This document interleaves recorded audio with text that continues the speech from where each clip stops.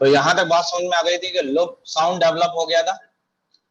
हाँ जी, इसके बाद यस अब सर। क्या होगा भाई? हाँ जी, now semilunar valve, now semilunar valve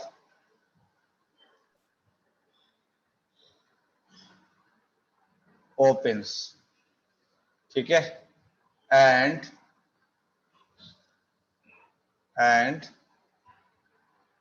AV node cause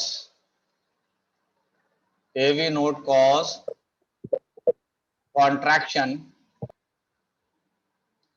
in ventricles, यानी AV नोड जो है ये खुल जाए, AV नोड कॉज कराएगा कॉन्ट्रैक्शन इन वेंट्रिकल्स, ठीक है। अब क्या होगा भाई?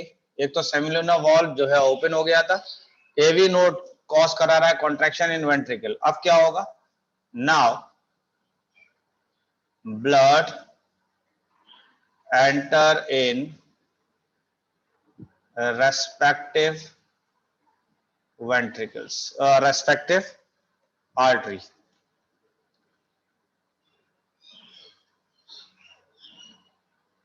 क्या ये बात समझ में आ रही है या नहीं है? Yes sir. सही है। अगर आप देखेंगे तो लेफ्ट वेंट्रिकल से किस में जा रहा है? दैट इज एन आर्टा में।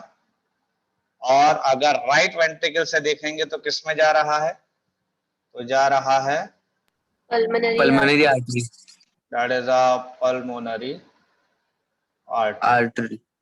यहां तक क्लियर है बात? Yes sir. ओके। अब as the ventricles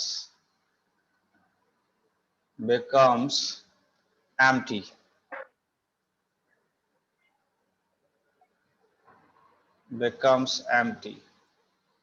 इसका क्या मतलब है कि जैसे ही वेंट्रिकल जो है एम्प्टी होंगे, ठीक है, as the ventricle becomes empty, अब बताइए जैसे वेंट्रिकल एम्प्टी होगा तो क्या होगा? बताइए। सेमिलुनर वॉल्व क्लोज हो जाएगा। सेमिलुनर वॉल्व हो क्लोज जाए, होगा। Semilunar valve becomes close, close होगा। और इससे क्या साउंड डेवलप होगा? Sir dub. That is a producing dup sound, that is dup sound. क्या ये बात समझ में आई या नहीं आई है? हाँ जी। Yes sir. जितने लोगों को समझ में आ गया है, क्या वो इसको पढ़कर एक बार बता सकते हैं कि क्या क्या हुआ था सबसे पहले, उसके बाद क्या हुआ है? हाँ जी, जल्दी बताइए। पहला पॉइंट में क्या हुआ है? ब्लड दोनों ऑरिकल्स में फिल हुआ है। ठीक है, सीधी सी बात है। जब अगर आपकी ये ऑरिकल्स बात को बढ़ाते हुए चले जाएं तो इस डायग्राम के जरिए देख लेते हैं हम। आपने कहा ऑरिकल में ब्लड भरने लगे, ठीक है भाई, ऑरिकल में ब्लड भर गए। अब क्या होगा? जल्दी से बढ़िए आगे। जब ऑरिकल्स में ब्लड फिल हो जाएगा फिर एसए नोड एक्टिवेट हो जाएगा। ऐसे नोड एक्टिव हो गया, ये वाला एक्टिव हो गया, ठीक है। अब क्या होगा? बाइकस्पिड और ट्राइकस्पिड वॉल्व पे प्रेशर पड़ेगा जिससे वो ओपन हो जाएंगे और ये वेंट्रिकल्स में देखिए, ये ब्लड दोनों जाएगा। ओपन हो गए, इस पे प्रेशर पड़ा, ये ओपन हो गए। और अब वेव ऑफ कॉन्ट्रैक्शन ऊपर से नीचे की तरफ आ रही है। देख रहे हैं आप? ऊपर से नीचे आ रही है वेव ऑफ कॉन्ट्रैक्शन, ऐसे आ रही है। वेव ऑफ कॉन्ट्रैक्शन ऊपर से नीचे आ रही है, जिससे क्या हो रहा है कि ऑरिकल का सारा, राइट ऑरिकल का ब्लड राइट वेंट्रिकल में चला गया और लेफ्ट ऑरिकल का ब्लड लेफ्ट वेंट्रिकल में चला गया। क्या ये बात समझ में आ रही है? ये ब्लड भरने Yes, लगा, ये ब्लड भरने लगा। क्या ये बात सही है? अब बताइए आगे क्या हुआ? जब दोनों वेंट्रिकल्स फुल हो जाएंगे तो वॉल्व क्लोज हो जाएंगे ये जिससे दोनों वॉल्व लब अब साउंड क्लोज्ड प्रोड्यूस हो गए होगा। और इसके क्लोज होने से लब साउंड जनरेट हो गया, ठीक है। अब क्या हुआ? अब सेमिलुनर वॉल्व ओपन हो जाएगा और अब AV node semilunar contraction valve करेगा ओपन हो वेंट्रिकल में। जाएगा।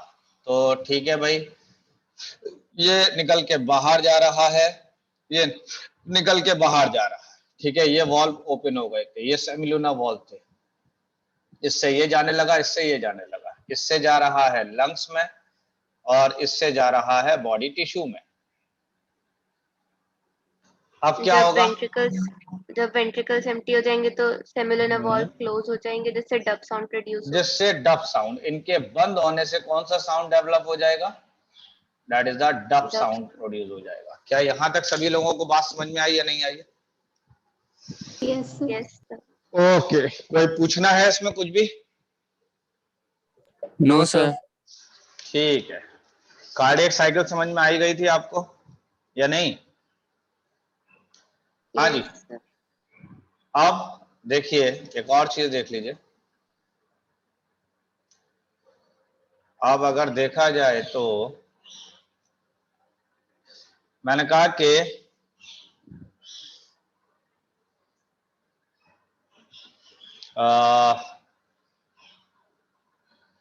अगर आप सिस्टोल का वॉल्यूम देखेंगे, या ये सब छोड़िए, सिस्टोल वॉल्यूम ये सब छोड़िए, नेक्स्ट आइए, दैट इज हाइपरटेंशन। पहले तो समझ लीजिए ब्लड प्रेशर भी, that is a blood pressure. तो ब्लड प्रेशर का क्या मतलब है? तो मैंने कहा it is the pressure exerted by the blood releasing from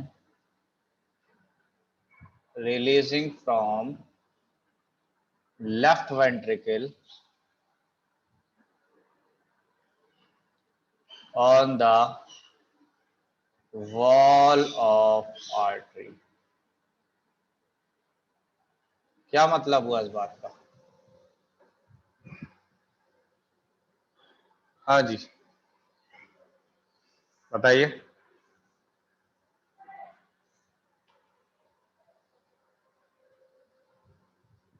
जल्दी बताइए। तो जो लेफ्ट वेंट्रिकल से आर्टरी की वॉल पे प्रेशर एक्सर्ट होगा। जी, एक बार वापस बता दीजिए। मैंने कहा कि अगर आप देखें आप तो ऑब्वियस बात है कि यहां से ब्लड निकल रहा है। ये किस जगह से निकल रहा है ब्लड? Left ventricle. और लेफ्ट वेंट्रिकल से जा किस में रहा है? ये आर्टरी में जा रहा है, नहीं जा रहा? बताओ। Yes sir. तो ये मैंने कहा कि ये आर्टरी है, और जब आर्टरी के अंदर ब्लड जाएगा तो क्या इसकी दीवारों पे प्रेशर एक्सर्ट नहीं होगा? ऐसे प्रेशर एक्सर्ट नहीं होगा? ऐसे प्रेशर एक्सर्ट नहीं होगा? सर बताओ। होगा। कभी आपने पाइप से पानी जाता हुआ सर देखा है? होगा। अगर पानी तेज जा रहा है तो पाइप काफी एक्सपैंड रहता है, फूला हुआ रहता है। इसका मतलब जब पानी इससे गुजर के जा रहा था पाइप से, तो प्रेशर पड़ रहा था या नहीं पड़ रहा था? तो इसी तरह जब लेफ्ट वेंट्रिकल से ब्लड निकलेगा आर्टरी के अंदर, तो आर्टरी की दीवारों पे प्रेशर लगाएगा, लगाएगा नहीं लगाएगा? बताइए। और उस प्रेशर को हम क्या कहेंगे? हाँ जी, तो that is known as a blood pressure. क्या ये बात सही है या नहीं है? बताइए। Yes sir. ठीक है। अच्छा, एक बात बताइए कि सिस्टोलिक प्रेशर ज्यादा होगा या डायस्टोलिक प्रेशर ज्यादा होगा?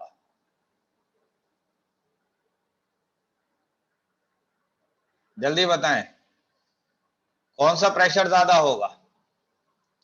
सिस्टोलिक प्रेशर ज्यादा होगा या डायस्टोलिक प्रेशर ज्यादा होगा?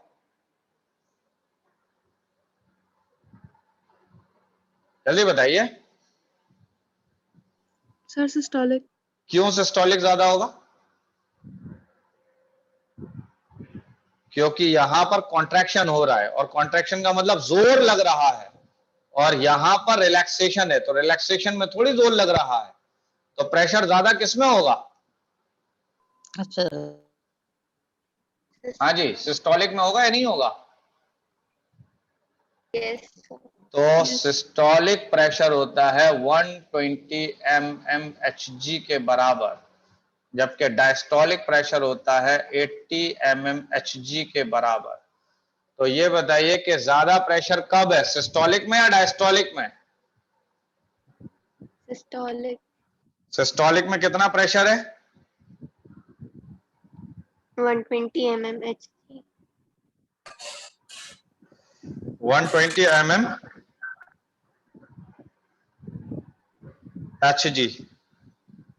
सर mmHg का मतलब? मरकरिक लेवल होता है ये, ठीक है। ये नापने का तरीका होता है, मरकरिक लेवल होता है कि मरकरी पे कितना जोर लगाया जा रहा है जिससे कि वो इसको मरकरी को ऊपर ढकेल रहा है, प्रेशर। कभी वो देखा है आपने थर्मामीटर, थर्मामीटर के अंदर भी मरकरी मूव कर रही है, तो मरकरी के Yes, sir. ऊपर हीट की वजह से मूव करती है थर्मामीटर में, लेकिन अगर किसी प्रेशर की वजह से मूव कर रही होती तो वो मेजरमेंट को हम कह देते mmHg, समझ रहे हैं। तो इसका मतलब सिस्टोलिक प्रेशर कितना होगा, दैट इज 120 mmHg, और 120 डायस्टोलिक प्रेशर mmHg. कितना है, दैट इज ये बेसिकली 80 मेजरिंग यूनिट है। mmHg. फिलहाल अभी आप ये समझ लीजिए कि ये यूनिट है, समझ रहे हैं। और इसको कहते हैं हम मिलीमीटर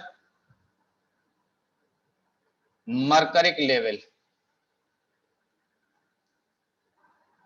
ये यूनिट है इसका। तो ब्लड प्रेशर को हम लिख देते हैं that is BP is equal to 120/80 mmHg।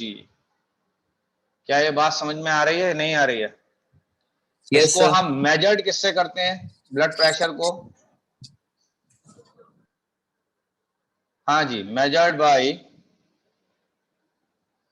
Sphygmomanometer.